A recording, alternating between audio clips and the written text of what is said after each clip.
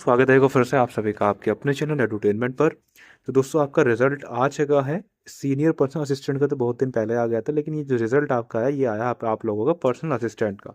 तो जिसने personal assistant के लिए स्किल टेस्ट दिया था और वो क्वालिफाई हुए हैं या नहीं हुए हैं, तो वो अपना ORS पोर्टल पर चेक कर लीजिएगा। रिजल्ट रिजल्ट दोस्तों आप लोगों का आया था 3 दिसंबर को। हालांकि ये वीडियो जो है मैं थोड़ा लेट हो गया इसको बनाने में, लेकिन फिर भी चलो पढ़ लेते हैं एक बार। हालांकि आप लोगों ने देख लिया होगा, लेकिन फिर भी एक बार आप नज़र मार लेते हैं कि क्या चीज़ें रिजल्ट में हुई हैं। ये सारी चीज़ें नीचे भी लिखी गई हैं, तो इसको यहाँ पर नहीं पढ़ेंगे।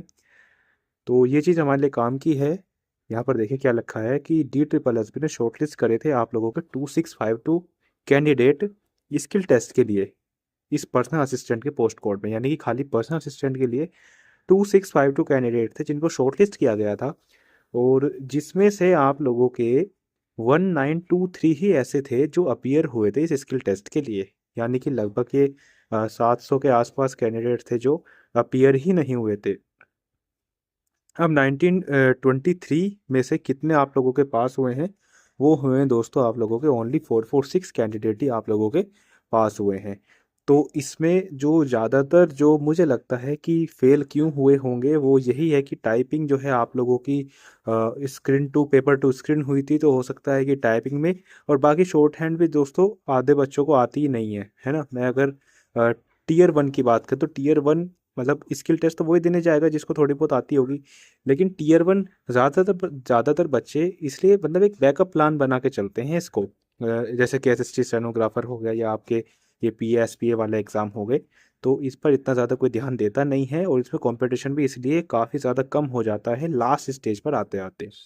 और इसमें भी दोस्तों वही रहेगा कि आप लोगों की जो वैकेंसीज थी, एक बार मैं आप लोगों को दोबारा से दिखा देता हूँ। आप लोगों की जो वैकेंसीज थी 383 थी, जिसपे 446 कैंडिडेट अभी DSSB के पास हैं।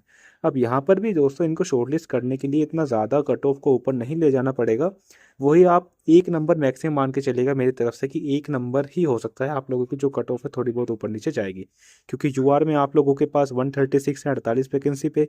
EWS में 61 हैं 64, मतलब 61 वैकेंसी हैं, और 64 जो हैं आप लोगों के कैंडिडेट अवेलेबल हैं, जिसमें +11 इन UR, यानी कि इन 64 में से 11 आप लोगों के UR में भी है। ठीक है, तो इनमें इतना ज़्यादा जो है अंतर नहीं आएगा कट ऑफ का। तो कट ऑफ को लेकर आप बिल्कुल भी चिंता मत करिएगा। अगर आप लोगों के कट ऑफ से जो टीयर 1 की आप लोग कट ऑफ आई थी, टीयर 2 की सॉरी, अगर उससे आप लोगों के 3-4 नंबर ज़्यादा हैं तो आप लोग ज़्यादा सेफ महसूस कर पाएंगे। हालांकि आप लोगों का जो है सिलेक्शन हो जाएगा अगर आप लोगों के इंटरव्यू में आप लोग अच्छा स्कोर कर लेते हैं। आई होप दोस्तों वीडियो पसंद आई होगी। और JJ के रिजल्ट की बात करूं तो JJ का रिजल्ट भी आप लोगों को विद इन 1 वीक देखने को मिल जाएगा। और जैसे ही वो रिजल्ट आएगा इस बार मैं कोशिश करूंगा कि आपको बिल्कुल जल्दी से मैं अपडेट कर पाऊँ। चलिए जी, धन्यवाद।